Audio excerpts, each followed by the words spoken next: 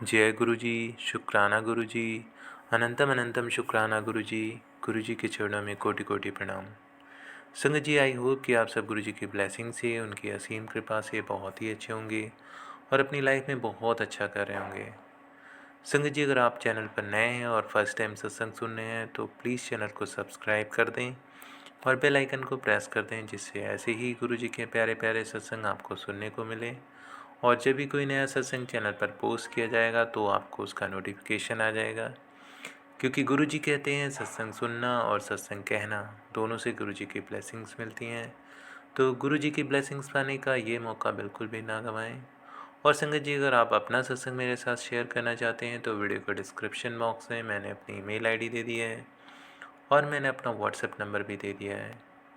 आप चाहें तो अपना सत्संग लिख कर या फिर ऑडियो वीडियो रिकॉर्ड करके मेरे साथ शेयर कर सकते हैं। गुरु जी की कृपा से आपका सत्संग सभी संगत के साथ शेयर किया जाएगा। जय गुरु जी। संगत जी, आज का जो सत्संग है वो मोनिका आंटी का सत्संग है। मोनिका आंटी जयपुर से हैं। तो संगत जी, सत्संग शुरू करने से पहले हमेशा की तरह आप सब मेरे साथ एक बार गुरु जी का मंत्र बोलेंगे, फिर हम आंटी से सत्संग सुनेंगे। तो चलिए संगत जी, एक बार मेरे साथ आंखें बंद करके गुरु जी का मंत्र बोलिए। ओम नमः शिवाय। शिव जी सदा सहाय। ओम नमः शिवाय। गुरु जी सदा सहाय। जय गुरु जी। तो संगत जी, आइए सुनते हैं मोनिका आंटी का सत्संग उन्हीं की जुबानी। जय गुरु जी। जय गुरु जी, शुक्राना गुरु जी, जय गुरु जी, संगत जी, जय गुरु जी। संगत जी, अ, गुरु जी का शुक्राना अरदास सत्संग है ये।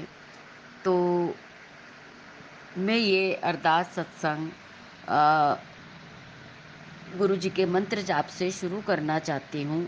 आज संध्या वेले मैं ये सत्संग शेयर कर रही हूँ गुरुपा के सामने।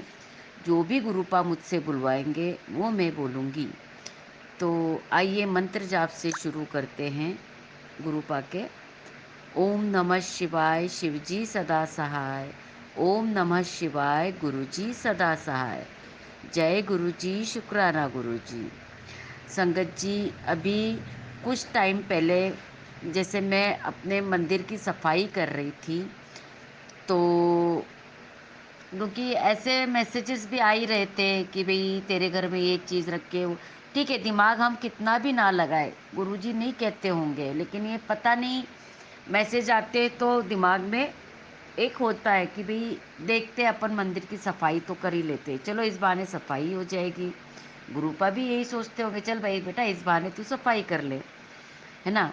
तो सुबह गुरुपा का मुझे मैसेज आया था कि बेटा आज मैं तुझे तितली रूप में, कबूतर रूप में दर्शन दूंगा, तो तू मुझे पहचान ले।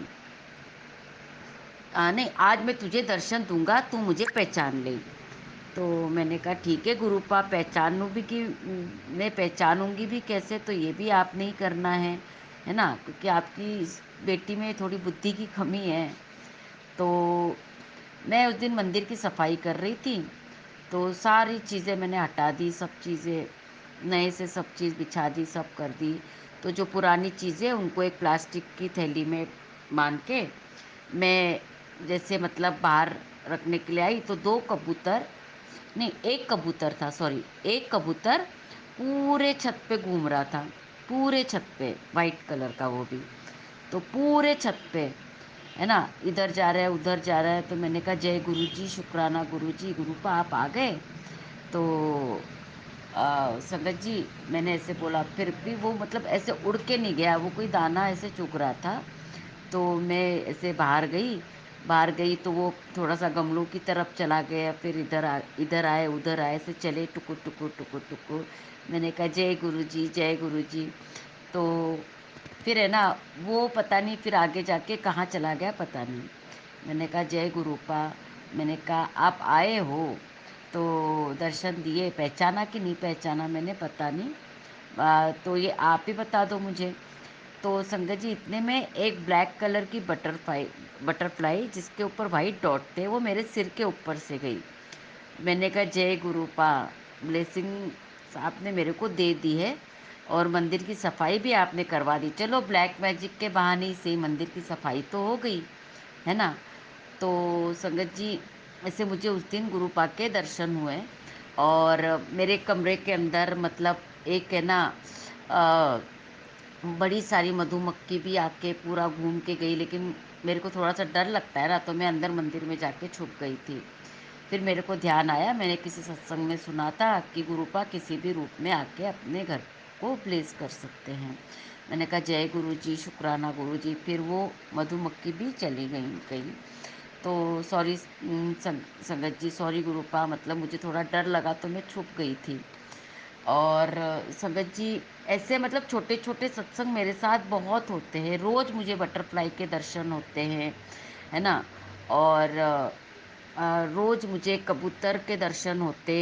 जैसे मैं चाय पी रही होती हूँ तो छत पे ना 2 कबूतर का जोड़ा जैसे है ना आता है, बैठता है, चला जाता है।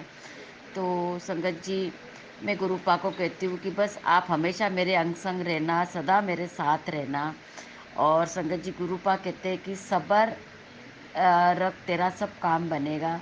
तो गुरुपा से तो गुरुपा सब्र भी आप ही रखवाएँगे, रख रहे हैं।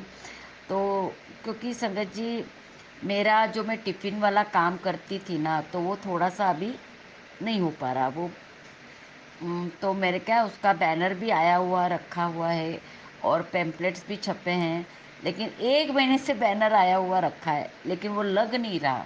तो मैं गुरुपा से रोज़ बोलती हूँ, गुरुपा इस बैनर को आप ही लगवाएँगे, कैसे लगवाएँगे और कब लगवाएँगे, ये सब आपकी मर्ज़ी।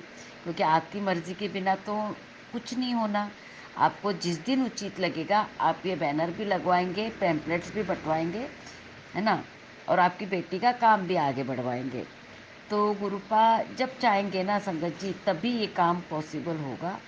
और अरदास है गुरुपा से कि जल्दी ही ये करेंगे और ज़रूर सुनेंगे संगत जी, बिल्कुल। और संगत जी, ऐसे ही मुझे है ना गुरुपा के जो ओल्ड संगत के जो सत्संग आते हैं ना, जब गुरुजी फिजिकल फॉर्म में थे और उनके साथ जो जो मतलब हुआ है तो वो लोग शेयर करते हैं, मैं वो सत्संग सुनती हूँ ना, मुझे बहुत अच्छा लगता है। आज है ना मैंने शिव अंकल का सत्संग सुना। उन्होंने गुरुपा के बचपन से लेके मतलब अंत तक के जो मतलब बताया है सत्संग में सब कुछ, कि कैसे मतलब गुरुपा को उन्होंने पानी में धक्का दिया, है ना? कैसे गुरुपा समाधि में बैठते थे, कैसे वो जब पिंड छोड़ के जा रहे थे तो गुरुपा मतलब कैसे उनके साथ चलने के लिए तैयार हो गए, जैसे उनके पिता अंकल ने कहा, है ना? तो ये सारा सत्संग मैं सुन रही थी ना, तो मेरे आँख में आँसू भी आ रहे थे, मुझे हँसी भी आ रही थी और मुझे वो सब चीज़ मैं महसूस कर रही थी कि हाँ, उस टाइम पे ऐसे हुआ होगा, ऐसे गुरुजी गए होंगे, ऐसे गुरुजी सॉरी संगत जी। तो संगत जी, वो सत्संग मुझे इतना अच्छा लगा ना, मतलब उस सत्संग को मैंने ऐसा मतलब अपने ऐसे लगा कि मैं उस सत्संग को मतलब जी रही हूँ। मतलब सब कुछ मेरी आँखों के सामने हुआ है। तो शुक्राना शिव अंकल, आपने ये सत्संग शेयर किया और हम और गुरुपा से ज़्यादा जुड़ गए, ऐसा मुझे लगता है। तो और सच में मुझे है ना ऐसा लगता है कि हम पहले क्यों नहीं मिले गुरुपा से? अगर हम पहले मिलते तो हम गुरुपा से बात करते, हम गुरुपा को छू सकते थे, हम उनके चरण दबा सकते थे, हम गुरुपा से बात कर सकते थे, उनकी डाँट खा सकते थे। हम मतलब सब कुछ हमारे लाइफ में वो होता है जो गुरुपा चाहते हैं, है ना?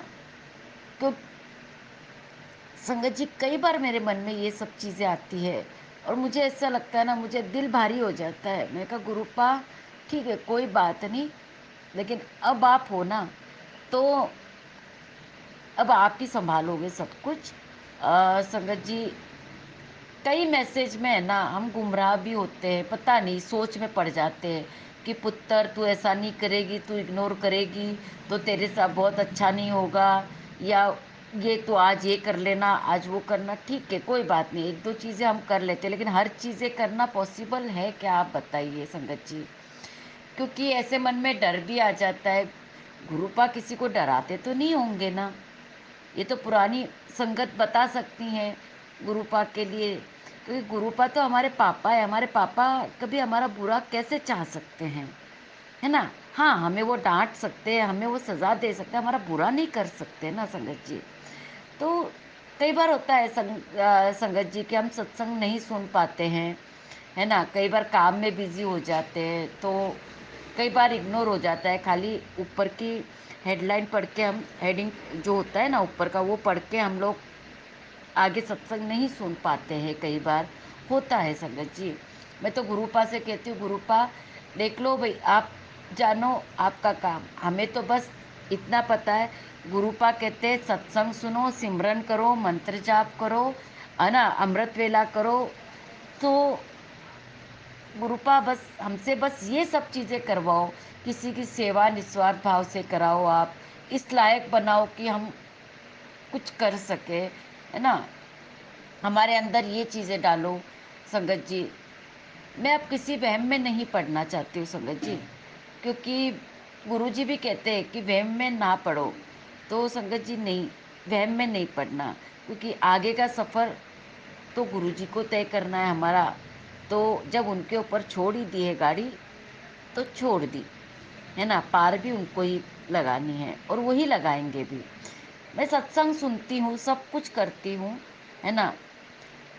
संगत जी, तो ये मेरा एक शुक्राना सत्संग है और अरदास भी है इसी के साथ कि संगत जी, कि गुरुपा जल्दी से जल्दी जो भी लाइफ में प्रॉब्लम, सारे जो आप परीक्षाएं ले रहे हो, उन परीक्षाओं को पास आपको ही करवाना है और ये परीक्षा हम दे सके इस काबिल आप हमें बनाना।